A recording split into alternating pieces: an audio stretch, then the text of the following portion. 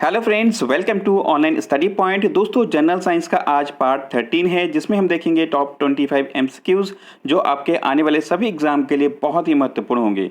दोस्तों, यह वीडियो आपको डेली शाम को 8 बजे प्राप्त हो जाएगा। और दोस्तों, अगर वीडियो अच्छा लगे तो प्लीज़ लाइक और शेयर जरूर करिए और ऑनलाइन स्टडी पॉइंट को सब्सक्राइब करना ना भूलिए। और दोस्तों, यह वीडियो आप अपने दोस्तों के बीच में और अपने स्टडी रिलेटेड ग्रुप में जरूर शेयर करिए। और इस वीडियो का आज का टारगेट है व्यू 4K। आप लोग जरूर देखिए और शेयर ज़्यादा से ज़्यादा शेयर करिए। और आज का टारगेट है 4K। ठीक है, चलिए स्टार्ट करते हैं आज का सेशन। और आज का पहला क्वेश्चन है, सेल नाम सर्वप्रथम किसने दिया? यानी कि कोशिका शब्द सबसे पहले किसने दिया था ये शब्द?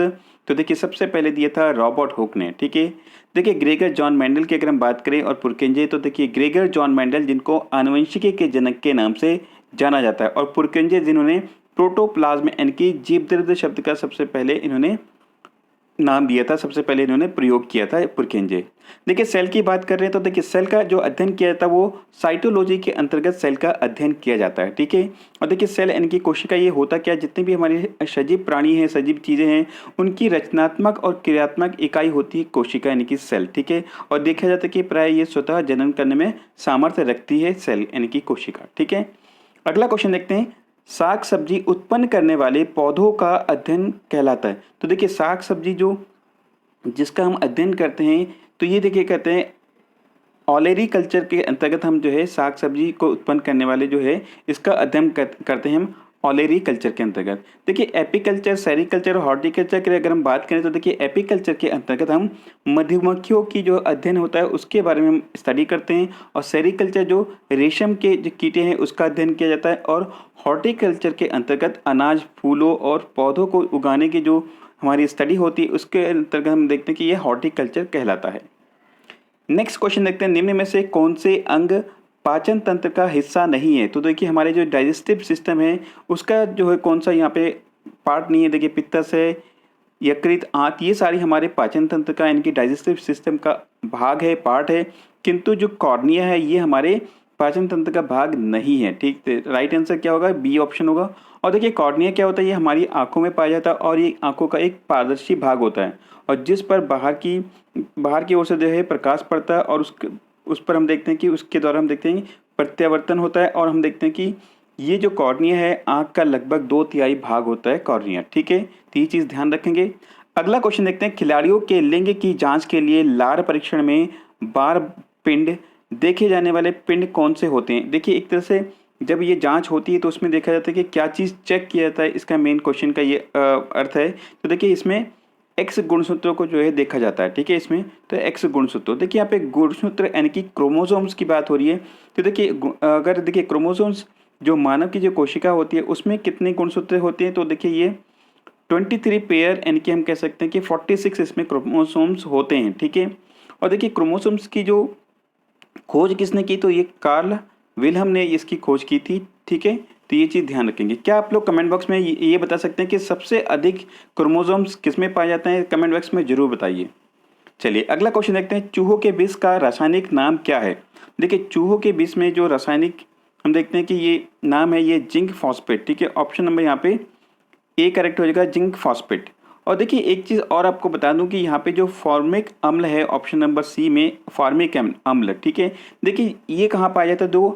जो चींटियाँ की डंक होती है, या जो शहद की मक्खियाँ हैं, बिच्छू और जो बर्र, इनके डंक में पाया जाने वाला जो कई बार एग्जाम में पूछा गया कि उनकी जो डंक में पाया जाने वाला जो जहरीला पदार्थ है या अम्ल, उसको क्या कहते हैं? फॉर्मिक अम्ल कहते हैं। ठीक है, अगला क्वेश्चन देखते हैं, किसकी अधिक मात्रा से चॉकलेट स्वास्थ्य के लिए हानिकारक हो सकता है? तो देखिए कि चॉकलेट अधिक ज़्यादा मात्रा में क्यों नहीं खाना चाहिए? तो बच्चों को इससे अवॉइड कराना चाहिए, क्योंकि इसमें शीशा की मात्रा होती है जिसके कारण ये स्वास्थ्य के लिए हानिकारक होता है। इसलिए जो है कुछ जगह पे ये सारी चीज़ें बैन किया गया। जैसे आपने देखा होगा कि जो किंडर जो है अमेरिका में ये चीज़ बैन है, क्योंकि इससे काफ़ी सारी चीज़ें कैंसर की चीज़ें जो सब्सटेंस है वो सारी चीज़ कैंसर के कुछ ऐसे चीज़ें सामने आई है, इसको लेकर वहाँ पे अमेरिका में ये चीज़ किंडर जो है ये बैन है। तो इसलिए जो है अभी इस सारी चीज़ें जैसे चॉकलेट, इसमें भी देखा गया कि शीशा पाया जाता है, इसलिए ये शरीर स्वास्थ्य के लिए हानिकारक होता है। अगला क्वेश्चन देखते हैं, इलेक्ट्रॉन त्यागने की प्रवृत्ति को क्या कहते हैं? तो देखिए इलेक्ट्रॉन जो त्यागने की प्रवृत्ति है इसको हम क्या कहते हैं? इसको हम कहते हैं ऑक्सीकरण कहते हैं। ठीक है, और जो ग्रहण करने की प्रवृत्ति होती है उसको अवकरण कहते हैं। तो ठीक है, ये 2 चीज़ आप ध्यान रखेंगे। जो त्यागने की प्रवृत्ति होती है उसको हम ऑक्सीकरण कहते हैं। इसका एक सही एग्जांपल आप देख रहे होंगे यहाँ पे 2 mg प्लस O2 यानी कि यहाँ पे बन रहा है। इसको प्लीज़ इग्नोर करिए क्योंकि इसमें कुछ आई थिंक इनकरेक्ट लिए गया है, ठीक है। ओके, अब देखिए इलेक्ट्रॉन ग्रहण करने की जो प्रवृत्ति है उसको हम अवकरण कहते हैं, ये चीज़ मैंने बताया, ठीक है।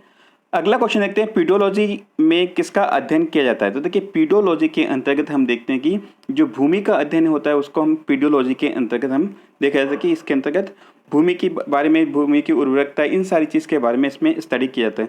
फलों, चट्टानों और कवक के बारे में हम किस में स्टडी करते हैं। देखिए फलों का अध्ययन किया जाता है उसको कहते हैं पोमोलॉजी, और चट्टानों के जो अध्ययन होता है उसको हम कहते हैं पेट्रोलॉजी, ठीक है। और कवकों का अध्ययन किया जाता है उसको हम कहते हैं माइकोलॉजी कहते हैं, ठीक है। कई बार यहाँ से क्वेश्चन पूछा जाता है तो जरूर आप लोग ध्यान रखेंगे। नेक्स्ट क्वेश्चन है, मुंह का पीएच मान कितना होने पर दांतों का क्षय प्रारंभ होता है। तो देखिए हमारे मुंह का जो इनकी लार, इन सारी चीज़ें इनकी ओवरऑल की बात की जा रही है तो ये अगर ये पीएच मान इनकी पावर ऑफ हाइड्रोजन होता है पीएच इनकी, और ये अगर 5.5 से कम होता है तो देखिए हमारे जो दांत है वो एक तरह से नष्ट होने लगते हैं, ठीक है। उसमें अलग अलग तरह की बीमारी होने लगती है, ठीक है। और देखिए पीएच क्या होता है, ये एल्कलिनिटी और जो हमारी एसिडिटी इसकी जो है माप होती है, ठीक है। नेक्स्ट क्वेश्चन देखते हैं, कौन सा एक रेडियोधर्मी पदार्थ नहीं है। तो देखिए यहाँ पे हमें बताना है कि रेडियोधर्मी पदार्थ यानी कि वही पदार्थ जिसमें जो है हम देखते हैं कि रेडियोइलेक्ट्रिक जो किरणें निकलती हैं उसको हम रेडियोधर्मी पदार्थ कहते हैं, और ये एल्युमिनियम नहीं है, ठीक है। और बाकी सारी चीज़ ये हमारे देखते हैं कि ये रेडियोधर्मी पदार्थ हैं, ठीक है। और देखिए रेडियो जो धर्मी पदार्थ है हम देखते हैं कि उसमें हम देखते हैं कि ऐसे पदार्थ जिसमें स्वयं विघटन होने के कारण उनमें से देखिए विकिरण निकलती है, और देखिए कि और किसी परमाणु में से अस्थिर विकिरण ऊर्जा के रूप में बाहर आती है, और इस प्रोसेस को हम क्या कहते हैं, रेडियोक्टिवता कहते हैं। और ये जिन जिन पदार्थों में से निकलते हैं उनको रेडियोधर्मी पदार्थ कहते हैं, ठीक है। और देखिए रेडियोक्टिवता की बात हो रही तो देखिए रेडियोक्टिवता की खोज किसने की थी सर्वप्रथम, तो ये एंटोनी हेनरी बैकुरेल ने सबसे पहले रेडियो एक्टिवता की खोज की थी, ठीक है। अगला क्वेश्चन देखते हैं, किसी मापक यंत्र के जरिए मापा जा सकने वाला छोटे से छोटा मान उस मापक यंत्र का क्या कहलाता है। तो देखिए यानी कि कोई भी यंत्र से अगर जो भी चीज़ हम छोटी से छोटी चीज़ माप सकते हैं उसको हम क्या कहते हैं, अल्पतमांक कहते हैं, या लीस्ट काउंट कह सकते हैं, ठीक है, इंग्लिश में। तो देखिए कि हम देखें कि अपने जो शुरुआती स्कूल दौर में हमने पढ़े थे कि जो वर्नियर्स कैलिपर्स है वो देखिए कि एक तरह से अल्पतमांक नापने के लिए जो है यूज़ किया जाता था। अगला क्वेश्चन देखते हैं, कौन सा ईंधन यानी कि फ्यूल सबसे कम पर्यावरण को प्रदूषित करता है। तो देखिए कि हमने देखा कि आजकल देखें कि सीएनजी यूज़ किया जाता है, और बहुत सारी चीज़ें में ऐसे हम देखें कि जो है जहाँ पे सीएनजी का प्रयोग किया था कि प्रदूषण को कम किया जाता है। लेकिन यहाँ पे ऑप्शन में दिया है कि हाइड्रोजन। तो देखिए हाइड्रोजन सबसे हम देखते हैं कि पर्यावरण में को कम प्रदूषित करता है। कमेंट बॉक्स में जरूर बताइए कि कौन सा ऐसा जो गैस है या ईंधन वो हम पर्यावरण को सबसे ज़्यादा प्रदूषित करता है, ठीक है। अगला क्वेश्चन देखते हैं, ज्वेलर्स द्वारा किस धातु का उपयोग सोने और अन्य आभूषणों को भारी बनाने के लिए किया जाता है। तो देखिए सोने और बाकी आभूषणों को भारी बनाने के लिए क्या यूज़ किया जाता है, इरिडियम का प्रयोग किया जाता है। देखिए यानी कि जो भी मिलावट की जाती है उसमें इरिडियम का मिलावट किया जाता है, ठीक है, उसको भारी बनाने के लिए, ठीक है। और देखिए इरिडियम की अगर हम बात करें तो देखिए एक रासायनिक तत्व है, आप फिगर में देख रहे होंगे इस तरह के ये तत्व होता है, और जिसका परमाणु भार 191 है और परमाणु संख्या इसमें 77 है। अगला क्वेश्चन देखते हैं, उस विटामिन का नाम बताइए जो मस्तिष्क के स्वास्थ्य के लिए आवश्यक है। तो देखिए मस्तिष्क अलग अलग विटामिन के अलग अलग कार्य होते हैं, ठीक है। तो मस्तिष्क को स्वस्थ रखने के लिए देखिए इसमें विटामिन B6, 9 और B12 ये सारे जो है हमारे मस्तिष्क को स्वस्थ रखने के लिए हेल्पफुल होता है, ठीक है। और देखिए कि हम देखते हैं कि जो हमारे स्वास्थ्य के लिए हमने देखा कि अलग अलग तरीके से हमने देखा कि जो विटामिन C पाया था वो स्कर्वी रोग को बचाने के लिए काम आता है। तो ऐसे बहुत सारी चीज़ में देखेंगे ये जो विटामिन है ये हमारे मस्तिष्क को स्वस्थ रखने के लिए जो है एक तरह से हम कहते हैं इसको मस्तिष्क विटामिन बी के रूप में भी इसको जाना जाता है। अगला क्वेश्चन देखते हैं, यदि कोई व्यक्ति किसी वस्तु को स्पष्ट रूप से देख सकता है जब उसे उससे लगभग 25 सेंटीमीटर दूरी रखा जाता है तो वह व्यक्ति पीड़ित है। यानी कि अगर कोई व्यक्ति अगर 25 सेंटीमीटर पर रखी हुई वस्तु को अच्छी से आसानी से स्पष्ट रूप से देख सकता है तो उसको कौन सी बीमारी है। तो हमने देखा कि पहले भी मैंने पिछले वीडियोज़ में बताए हैं, तो उसको कोई भी बीमारी नहीं है, यानी कि ऑप्शन नंबर डी हमारा करेक्ट है। यानी कि देखो स्पष्ट दृष्टि की न्यूनतम दूरी कितनी होनी चाहिए, 25 सेंटीमीटर होनी चाहिए। अगर वहाँ पे स्पष्ट देख सकता है तो क्या है, उसको कोई भी बीमारी नहीं है। देखिए निकट दृष्टि दोष में हम देखते हैं कि जो निकट दृष्टि दोष में हम यही तो देखते थे कि जो वो निकट की चीज़ें तो क्लियरली देख सकते हैं, लेकिन दूर की चीज़ें स्पष्ट नहीं देख सकता है। ठीक है, तो यहाँ पे इसको कोई भी बीमारी नहीं है।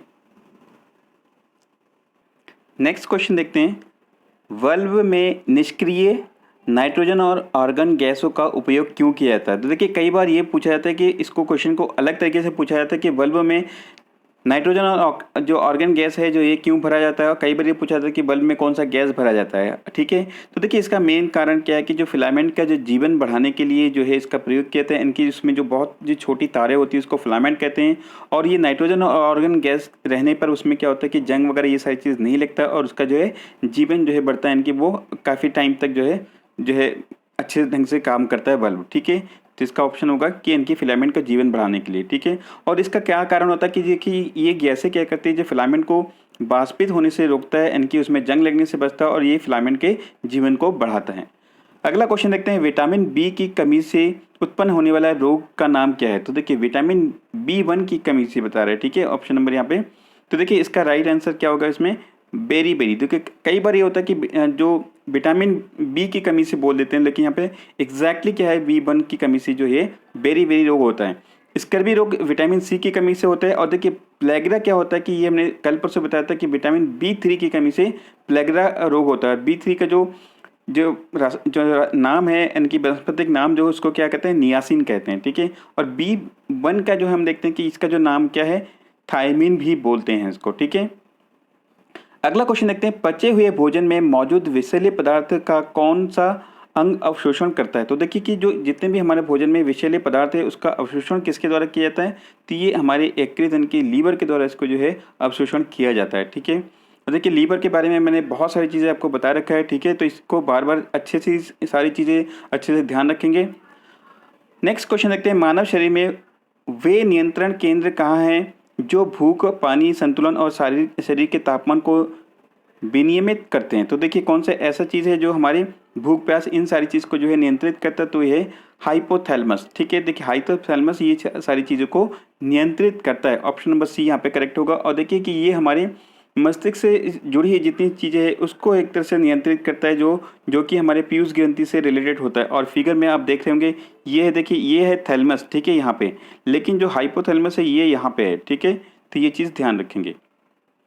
अगला क्वेश्चन देखते हैं, निम्न में से कौन सा सामान्य श्वसन प्रक्रिया को नियंत्रित करता है? तो हमारी जो श्वसन प्रक्रिया है एक तरह से रेस्पिरेटरी सिस्टम, उसमें देखिए उसको कौन नियंत्रित करता है? तो देखिए इसका राइट आंसर हो जाएगा, एक तरह से हम देखते हैं कि ऑप्शन नंबर डी, इनकी पृष्ठीय श्वसन समूह। ठीक है, देखिए यहाँ पे देखिए वेंट्रल रेस्पिरेटरी ग्रुप में इसमें क्या होता है और इसमें क्या डिफरेंस है? देखिए कि जो वेंट्रल जो श्वसन प्रक्रिया होता है उसमें हम देखते हैं कि जो इसमें दोनों यानी कि श्वसन और श्वसन न्यूरॉन दोनों होते हैं, और जो है ये जो है नियंत्रित श्वसन होता है। परंतु जो हमारे पृष्ठीय श्वसन समूह है इसमें हम देखते हैं केवल न्यूरॉन्स ही नियंत्रित होते हैं। ठीक है, जो इनके डोर्सल रेस्पिरेटरी ग्रुप में केवल जो है हम देखते हैं ये श्वसन न्यूरॉन्स को नियंत्रित करती है। ठीक है, लेकिन जो यहाँ पे देखिए कि वेंट्रल रेस्पिरेटरी ग्रुप इसमें क्या है, दोनों चीज़ें होती है। ठीक है, अगला क्वेश्चन देखते हैं, संक्रमण तत्व की विशेषता क्या है? तो देखिए संक्रमण तत्व यानी कि देखिए तत्वों को अलग अलग चीज़ों में वर्गीकृत किया गया, तो देखिए इसको अलग अलग जो है यहाँ पे ये इसमें बांटा जाता था। तो लेकिन जो